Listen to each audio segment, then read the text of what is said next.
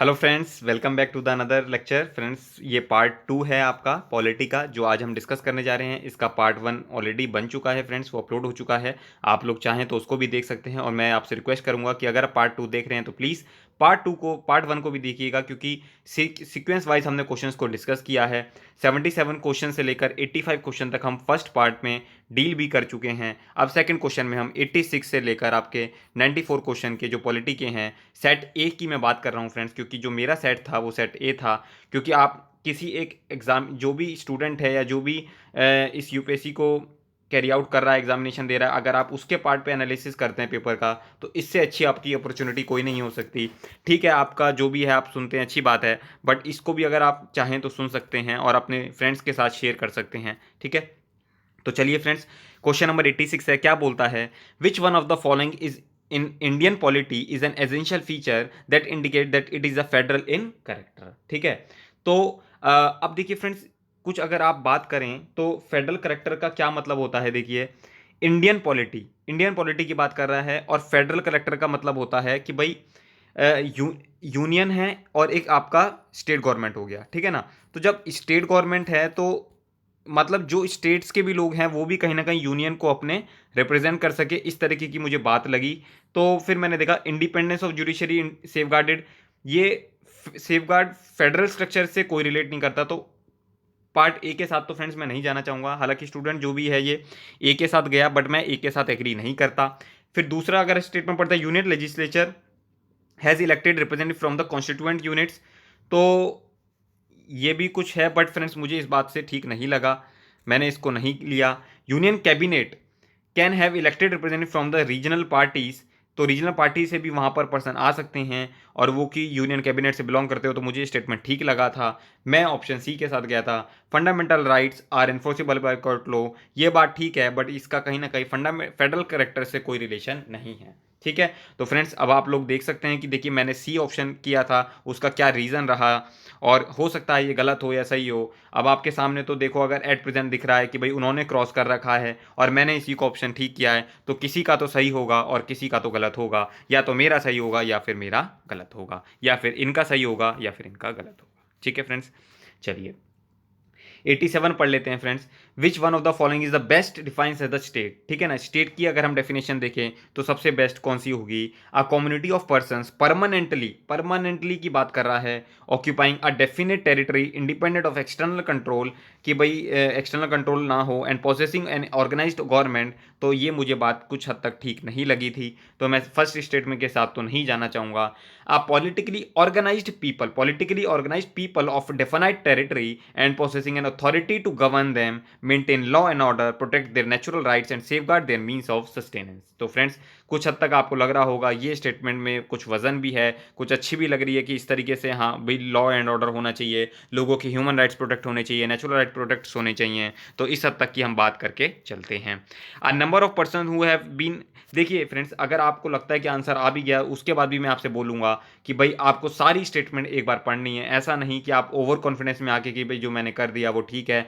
UPSC ने इतने time लगाकर क्वेश्चंस फ्रेम किए हैं, तो प्लीज़ एक बार आप अपना टाइम थोड़ा सा उस पर डिवोट कीजिए, और ये हर एक स्टेटमेंट, हर एक क्वेश्चन का पार्ट हमारे को कॉशियसली पढ़ना होता है। A number of person who have been living in a definite territory for a very long time in their own culture, तो उससे इस तरीके से स्टेट नहीं बन जाती। A society permanently living in a definite territory with a central authority and executive responsible to the central authority and independent judiciary, तो friends ये भी मुझे हद तक कोई बात ठीक नहीं लगी, तो इसका मतलब ये हुआ इसका आंसर बी होना चाहिए था। ठीक है, चलिए, तो फ्रेंड्स 87 हमने क्वेश्चन कंप्लीट कर लिया है। अब हम आ जाते हैं 88 क्वेश्चन में। वो क्या बोलता है? With reference to the Indian judiciary consider the following statements.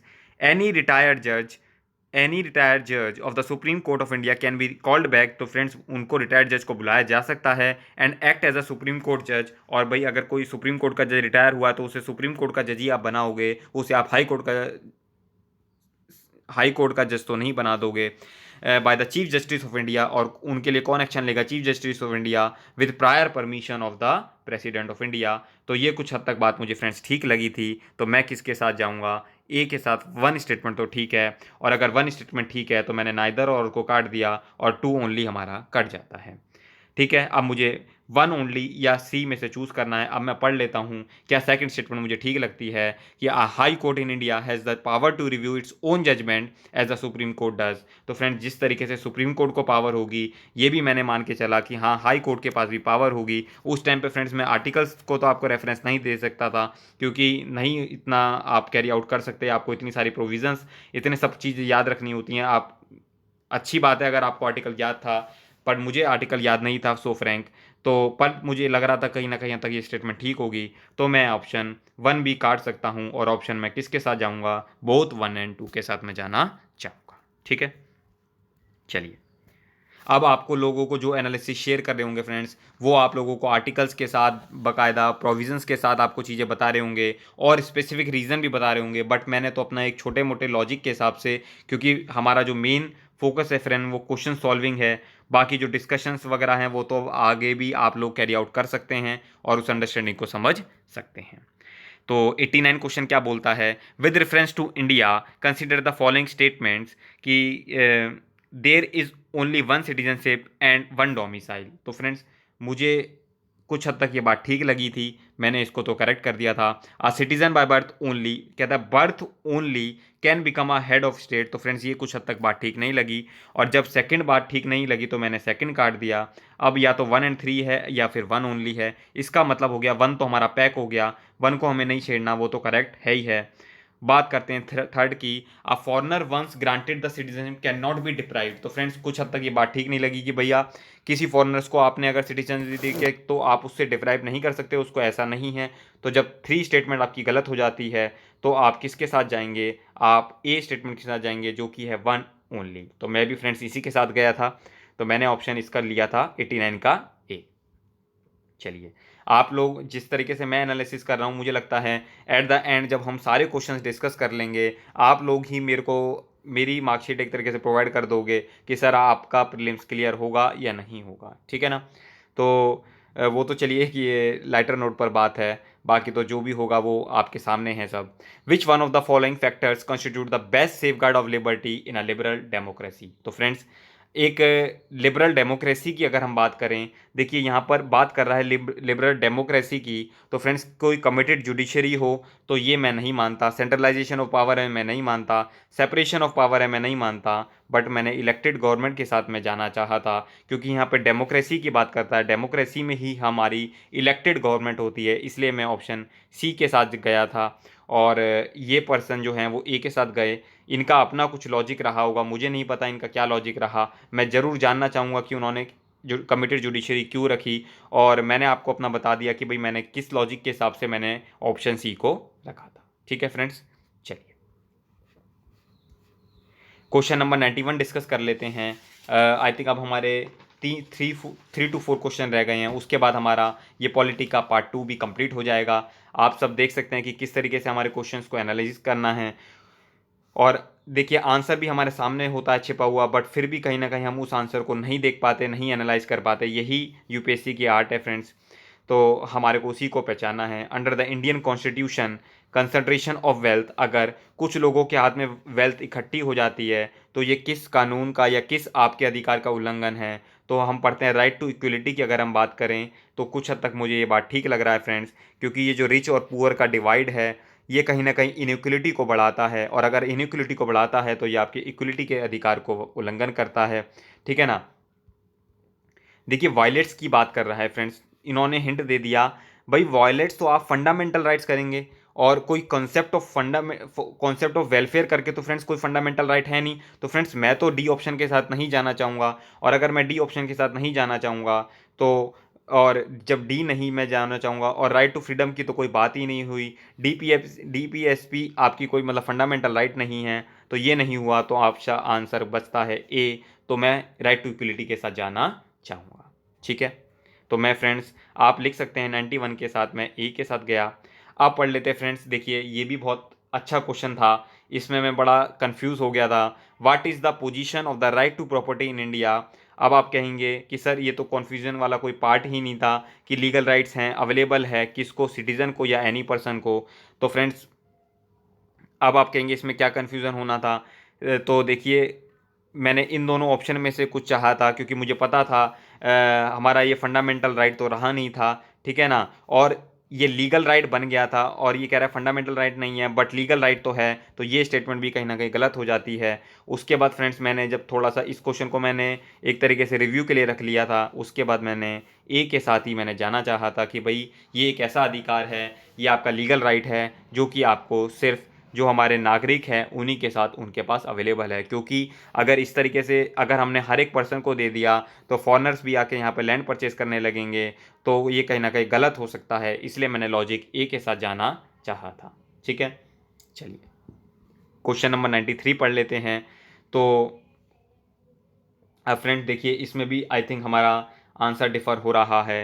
The what is the exact constitutional status, तो क्या हम एक डेमोक्रेटिक रिपब्लिक थे, क्या हम एक सॉवरन डेमोक्रेटिक रिपब्लिक थे, क्या हम एक सॉवरन सेकुलर डेमोक्रेटिक रिपब्लिक थे, क्या हम एक sovereign socialist secular democratic Republic थे। तो फ्रेंड्स अगर मैं आपसे बात करूं तो देखिए क्या हुआ था, जितना मेरी थिंकिंग थी, ये सोवरन सोशलिस्ट सेकुलर ये तीनों वर्ड जो प्रियम्बल में हमने ऐड किए थे या अमेंडमेंट में से किए थे बाद में, तो ये 1950 में अगर हम बात करें तो एट प्रेजेंट 1950 में नहीं थे। तो फ्रेंड्स मैं इसके साथ तो नहीं जाना चाहूँगा, और जब मैं इसके साथ नहीं जाना चाहूँगा तो मैं इसके साथ भी नहीं जाना चाहूँगा, और जब मैं इसके साथ नहीं जाना चाहूँगा तो मैं इसके साथ भी नहीं जाना चाहूँगा। और मैं किसके साथ चला गया फ्रेंड्स, मैं 93 के ए के साथ जाना चाहूँगा, और मैंने डेमोक्रेटिक रिपब्लिक को वहाँ पर ऑप्शन को चूज़ कर लिया था। ठीक है फ्रेंड्स, अब आप लोग देख पा रहे होंगे, मुझे नहीं पता ये सही है या गलत है, देखिए कहीं ना कहीं डिफरेंस ऑफ ओपिनियन तो आ रही है, और इसी का ही यूपीएससी फ़ायदा उठाता है। कुछ लोगों का रिजल्ट, कुछ लोग टॉपर्स बनते हैं फ्रेंड्स, और कुछ लोग नहीं बन पाते, इवन प्रीलिम्स भी उन लोगों का और कैरी आउट नहीं हो पाता। ठीक है फ्रेंड्स, तो अब हमारा आई थिंक 94 क्वेश्चन, ये हमारा लास्ट क्वेश्चन होगा। ठीक है, पढ़ लेते हैं क्या बोलता है। कॉन्स्टिट्यूशनल गवर्नमेंट का क्या मतलब होता है। कॉन्स्टिट्यूशनल गवर्नमेंट का मतलब होता है एक ऐसी गवर्नमेंट जो कि रिप्रेजेंटेटिव होती है गवर्नमेंट की of a nation with a federal structure. तो फ्रेंड्स मुझे ये बात ठीक नहीं लगी। और government whose head enjoys the nominal powers, तो नहीं, ऐसा कुछ नहीं होता। और government whose head enjoys the real powers, भाई मुझे पता था कि हेड तो प्रेसिडेंट होता है पर रियल पावर तो प्राइम मिनिस्टर के पास होती है, तो ये भी आंसर ठीक नहीं होगा। तो जब ये तीनों आंसर रॉन्ग हो गए तो देखिए इसमें भी फ्रेंड्स यूपीएससी ने आपके साथ कितना अच्छा गेम प्ले किया। पहले आपको गच्चा देने के लिए, आपको फंसाने के लिए सारी स्टेटमेंट गलत दी कि भाई पहले यहाँ फंस जाओ, नहीं यहाँ नहीं फंसे तो यहाँ फंस जाओ, यहाँ नहीं फंसे तो यहाँ फंस जाओ, और अगर आप कहीं फंसोगे ही नहीं तो इसका मतलब ये है आपको आंसर सही पहचानने की आदत है और आप उसको करेक्ट कर सकते हैं। A government limited by the terms of the constitution, एक ऐसी गवर्नमेंट जो कि कॉन्स्टिट्यूशन की टर्म से लिमिटेड हो, उसी को हम क्या बोलते हैं, कॉन्स्टिट्यूशनल गवर्नमेंट बोल के चलते हैं। तो फ्रेंड्स इसी के साथ हमारा ये 94 क्वेश्चन तक कंप्लीट हो गया। आपने देखा पार्ट 1 में हमने 85 क्वेश्चन तक डील कर लिया था, पार्ट 2 में हमने 86 क्वेश्चन से लेकर 94 क्वेश्चन तक कंप्लीट कर लिया। ठीक है, कि किस तरीके से क्वेश्चंस को, शायद हमने सिर्फ फ्रेंड्स 9 क्वेश्चंस डील किए with in a fraction of 13 to 14 minutes. तो ये भी एक अच्छा आर्ट है कि मैंने आपको समझाते हुए भी आप सिर्फ 14 मिनट्स में पूरे पेपर की, पूरे एक पर्टिकुलर सब्जेक्ट की, फ्रेंड्स मैं भी चाहता तो एक 3 आवर्स का वीडियो बना सकता था जिसमें कि मैं सारे इकोनॉमी, पॉलिटी, हिस्ट्री, ज्योग्राफी सब डिस्कस कर सकता था। बट मैंने अपनी प्रिपरेशन के दौरान एक चीज़ नोटिस करी फ्रेंड्स, जब हम एक सब्जेक्ट पढ़ते हैं, जब मैं पढ़ता हूँ, जैसे मान लीजिए मैं आज इकोनॉमी पढ़ रहा हूँ, तो मैं फोकस करता था कि भाई 3 to 4 डेज तक इकोनॉमी पढ़ लूँ और फिर उसके क्वेश्चन अटेम्प्ट कर लूँ, या उसके कुछ क्वेश्चंस या कुछ उसके वीडियो हैं वो सुन लूँ कि भाई किस तरीके से जो मान लीजिए मुझे भी 2 क्वेश्चन में डाउट आया तो मैं उसको कैरी आउट करने के लिए वीडियो देख सकता हूँ या किसी की गाइडेंस ले सकता हूँ। तो हम पर्टिकुलर सब्जेक्ट पे कमांड करते हैं, और फिर ये तो एट द एंड की बात आती है जब हम सारे हमारे कॉन्सेप्ट जो होते हैं वो फैक्ट्स मिक्सअप हो जाते हैं। बट जब हम ड्यूरिंग द प्रिपरेशन बात करते हैं तो स्पेसिफिक सब्जेक्ट स्पेसिफिक बात करते हैं। फिर जैसे मान लीजिए पॉलिटी हो गया, हिस्ट्री हो गया, ज्योग्राफी हो गया, साइंस एंड टेक हो गया, एनवायरनमेंट हो गया, तो मैंने इसलिए स्पेसिफिक वाइज सब्जेक्ट को बांटा फ्रेंड्स कि भाई जब आप भी अपनी प्रिपरेशन करेंगे तो प्लीज़ फोकस करिएगा कि आप सब्जेक्ट वाइज करिए।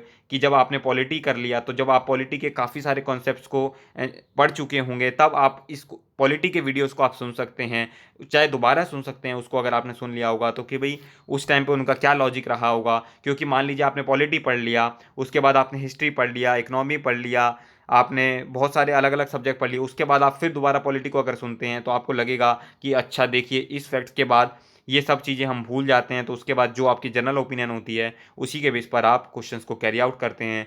सब चीज़ें फ्रेंड्स सबको कोई याद नहीं हो सकती। इवन उसके बाद मैं एक जनरल एनालिसिस लाऊँगा अपने टोटल पेपर्स की, कि आपको जानने की बड़ी उत्सुकता होगी सर आप लोगों ने कितने क्वेश्चन अटेंड किए, कितने क्वेश्चन नहीं किए, ठीक है ना? तो ये सब फ्रेंड्स जब सारे सब्जेक्ट्स की मैं आपके पास एनालिसिस ले आऊँगा, उसके बाद मैं उसको लेकर चलूँगा। तो फ्रेंड्स तब तक के लिए चलते हैं फ्रेंड्स, आपके लिए all the best, God bless you all. तब तक के लिए अगर आपको वीडियो अच्छा लगता है तो प्लीज़ लाइक, शेयर, कमेंट कीजिएगा।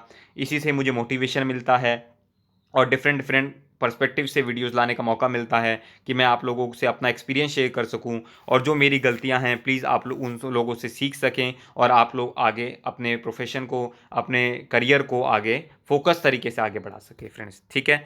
तो फ्रेंड्स ज़्यादा समय ना लेते हुए मैं अब जो इसका नेक्स्ट पार्ट होगा, जो भी आप लोग रिक्वेस्ट करेंगे कि हिस्ट्री के लाइए सर, ज्योग्राफी के लाइए या एनवायरनमेंट के, तो वो हम डिस्कस कर लेंगे। तो मिलते हैं फ्रेंड्स नेक्स्ट लेक्चर में, तब तक के लिए good bye, all the best.